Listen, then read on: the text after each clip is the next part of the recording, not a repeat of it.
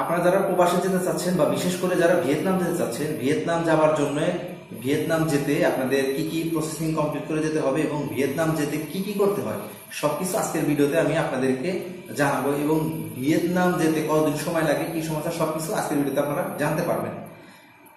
সুমন চ্যানেলের পক্ষ থেকে আবার হাজির হয়ে গেছে আমি সুমন। আজকের ভিডিওতে আমি আপনাদের সঙ্গে শেয়ার করবো যে আপনারা যারা প্রবাসে যেতে যাচ্ছেন, বিশেষ করে যারা ভিয়েতনাম যেতে যাচ্ছেন, তাদের জন্য কি কি করতে হবে এবং কোন কোন জিনিস না করলেও চলবে। আপনারা অনেকেই আছেন যারা কলিং ভিসায় মালয়েশিয়াতে যেতে পারেন নাই, কিন্তু এখন অন্য কোনো কান্ট্রিতে যেতে যাচ্ছেন, তাদের জন্য কিন্তু ভিয়েতনাম হতে পারে খুবই সুবর্ণ সুযোগ, অথবা সৌদি আরব হতে পারে সুবর্ণ সুযোগ। কিন্তু ভিয়েতনাম যেতে আপনাদের অনেক কিছুই কিন্তু লাগে না।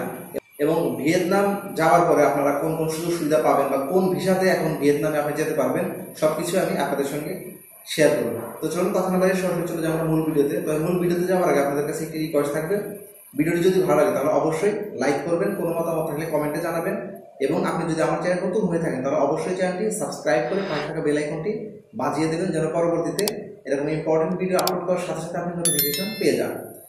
আপনারা যারা ভিয়েতনাম যেতে চাচ্ছেন, ভিয়েতনাম যেতে আসলে মূলত কতদিন সময় লাগে এবং কি কি ডকুমেন্টস লাগে এবং কি কি ডকুমেন্টস না হলেও চলবে, চলুন আমরা প্রথমে জেনে নিই আপনাদের ডকুমেন্টস কি কি লাগবে। ডকুমেন্টস মূলত পাসপোর্ট লাগে, ছবি লাগে, এগুলো আমরা সবাই জানি। এছাড়াও যে জিনিসগুলো লাগে সেগুলো হচ্ছে যে আপনাদেরকে প্রবাসে যেতে হলে অবশ্যই কিন্তু মেডিকেল সার্টিফিকেট লাগে, অর্থাৎ মেডিকেল ফিট হতে হয়। ভিয়েতনাম যাওয়ার ক্ষেত্রে আপনাদের কিন্তু এই মেডিকেলের ঝামেলাটা থাকছে না। আপনারা যদি সৌদি আরব, কুয়েত, মালয়েশিয়া, দুবাই এরকম বিভিন্ন কান্ট্রির জন্য যদি মেডিকেল আনফিট হয়ে থাকেন এবং মেডিকেল আনফিট হবার কারণে আপনারা প্রবাসে যেতে পারছেন না, তাহলে কিন্তু আপনার জন্য ভিয়েতনাম হচ্ছে একটি সুবর্ণ সুযোগ নিয়ে এসেছে। কারণ আপনি মেডিকেলে আনফিট হলেও আপনি ভিয়েতনামে যেতে পারছেন, কারণ ভিয়েতনামে যেতে কোনো মেডিকেল সার্টিফিকেট লাগে না। এরপর হচ্ছে যে আপনাদের সৌদি আরবে যেতে কিন্তু অবশ্যই পুলিশ ক্লিয়ারেন্স লাগে, কুয়েতে যেতে পুলিশ ক্লিয়ারেন্স লাগে, কিন্তু ভিয়েতনাম যেতে আপনাদেরকে পুলিশ ক্লিয়ারেন্স লাগবে না। আপনারা কিন্তু চাইলে খুব সহজেই পুলিশ ক্লিয়ারেন্স ছাড়াই ভিয়েতনামের জন্য ভিসা করতে পারবেন এবং আপনার এজেন্সি আপনার জন্য ভিসা করে দিবে। আপনি সেই ভিসা দিয়ে আপনি কিন্তু খুব সহজেই ভিয়েতনাম যেতে পারবেন। এখন হচ্ছে যে ভিয়েতনামে যাওয়ার পরে বা যাবার আগে কি কি করবেন। ভিয়েতনাম যাওয়ার আগে আপনাকে অবশ্যই পাসপোর্ট এবং ছবি জমা দিতে হবে আপনার এজেন্সির কাছে। আপনার এজেন্সি সেই পাসপোর্ট এবং ছবি নিয়ে আপনার জন্য ভিসার আবেদন করবে।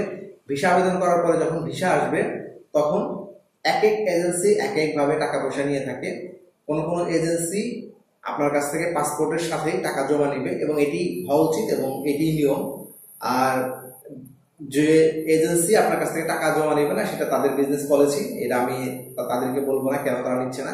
কিন্তু দেখেন, আপনি একজন অপরিচিত মানুষ, আপনি জমা দিলেন, পাসপোর্ট জমা দিলেন, আপনার জন্য একটা এজেন্সি ভিসার আবেদন করে টাকা খরচ করে ভিসা বের করলো। এরপর আপনি বললেন যে আপনি যেতে পারবেন না। আপনার কাছ থেকে যদি টাকা না নেওয়া হয়, অগ্রিম কিছু টাকা না নেওয়া হলে কিন্তু আপনি সেই টাকার জরিমানা দিবেন না, কারণ আপনার কাছে যখন আপনি বিদেশ যাবেন তখন পাসপোর্ট আর আপনার কাছে কোনো গুরুত্বপূর্ণ বিষয় না।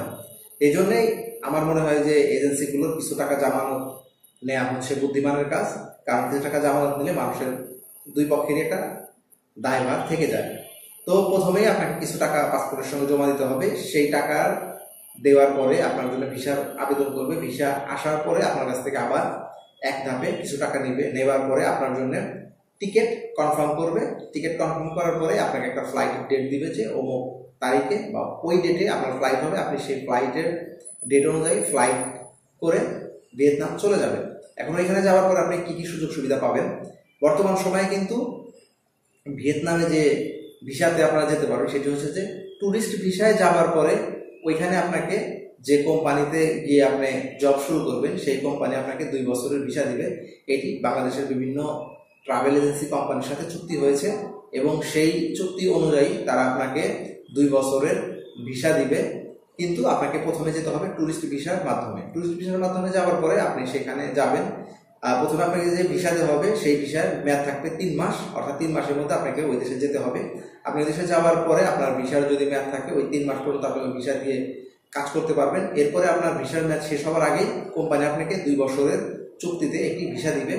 সেই ভিসা ইয়েতে আপনি কাজ করতে পারবেন। এরপরে হচ্ছে যে আপনি ওইখানে থাকবেন কোথায়, খাবেন কি। কোম্পানি আপনাকে থাকার জায়গার ব্যবস্থা করে দিবে, অর্থাৎ কোম্পানি আপনাকে ফ্রিতে থাকার জায়গা দিবে এবং খাওয়ার ব্যবস্থা করে দিবে। খাবার জন্য আপনাকে রান্না করে খেতে হবে এবং খাবার জন্য আপনাকে সমস্ত কিছু দিয়ে দিবে। আপনার যে হাঁড়ি পাতিল বাসন কোসন এবং চুলা গ্যাস যা যা লাগে আপনাকে সবকিছুই দিয়ে দিবে কোম্পানি, কিন্তু আপনাকে নিজ টাকায় খেতে হবে।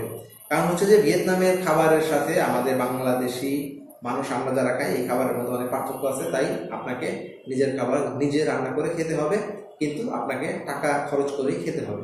শুধুমাত্র কোম্পানি আপনাকে থাকার জায়গা দিবে এবং আপনার যে রান্না করে খেতে যাবতীয় জিনিসপত্র সবকিছুই কোম্পানি আপনাকে দিবে। এই হচ্ছে আপনি ভিয়েতনামে যাওয়ার পরে কি সুযোগ সুবিধা পাবেন। এবং এজেন্সি এই কথাও বলছে যে আপনি যদি ভিয়েতনামে যাবার পরে আপনার সাথে যে চুক্তি হবে এবং যে ধরনের আপনার এগ্রিমেন্ট করা থাকবে, সেই এগ্রিমেন্টের একটিও যদি আপনার সাথে যদি না মেলে, আপনি এখানে যদি একটি এগ্রিমেন্টও যদি মিল না পান, তাহলে আপনি বাংলাদেশে ফিরে এসে আপনি এজেন্সিতে গিয়ে টাকা ফেরত দিতে পারবেন। আসলে প্রবাসে গেলে মানুষ ফেরত আসতে চায় না বা আসে না, একটুও যদি কম বেশি হয়ে যায়, বিদেশের ব্যাপারে সাধারণত কম বেশি হয়ে থাকে, আপনারা সবাই জানেন, আমিও জানি। এদিক সেদিক হলেও মানুষের যদি বেতন এবং যে কাজ, এই দুটি বিষয় যদি ঠিক থাকে, কারণ প্রবাসে আমরা সবাই যেতে চাই পরিশ্রম করার জন্য, দুটি টাকা উপার্জন করার জন্য।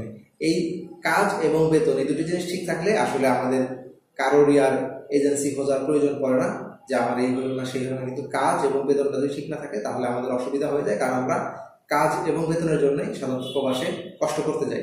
তো আশা করছি আপনারা আজকে ভিয়েতনামের এই বিষয়টি বুঝতে পারছেন যে কিভাবে কি করলে আমাদের ভিয়েতনামে যেতে পারবো এবং কতদিনের মধ্যে যেতে পারবো। আসলে ভিয়েতনাম যেতে খুব বেশি সময় লাগে না। আপনার এজেন্সি চাইলে আপনাকে 15 দিনের মধ্যে বা 1 মাসের মধ্যে ফ্লাইট দিতে পারবে। এখন বিভিন্ন সময়ে অফিসিয়াল বিভিন্ন কাজের কারণে দেরি হতে পারে, তবে ম্যাক্সিমাম 1 মাসের বেশি লাগার কথা না। 1 মাসের মধ্যে আপনাকে ফ্লাইট দিতে পারবে, আপনার যে টাকা পয়সা ম্যানেজ থাকে। আশা করছি ভিডিওটি আপনাদের উপকার আসবে। আর ভিডিও যদি একটু উপকার আসে তাহলে অবশ্যই ভিডিওটি শেয়ার করতে ভুলবেন না, কারণ আপনার মতো অনেক প্রবাসী যাত্রী ভাইরা আছেন যারা বিভিন্ন দেশে যাওয়ার জন্য টাকা জমা দিয়ে বিভিন্ন সমস্যার কারণে যেতে পারেন নাই, তাদের জন্য কিন্তু ভিয়েতনাম হতে পারে খুবই সুবর্ণ সুযোগ। তারা এই ভিডিওটি যদি দেখে তাদের অবশ্যই উপকার হবে, তাই ভিডিওটি শেয়ার করতে ভুলবেন না। ভালো থাকবেন, সুস্থ থাকবেন, আবারও দেখা হবে কোনো একটি নতুন ভিডিওতে। সে পর্যন্ত আল্লাহ হাফেজ।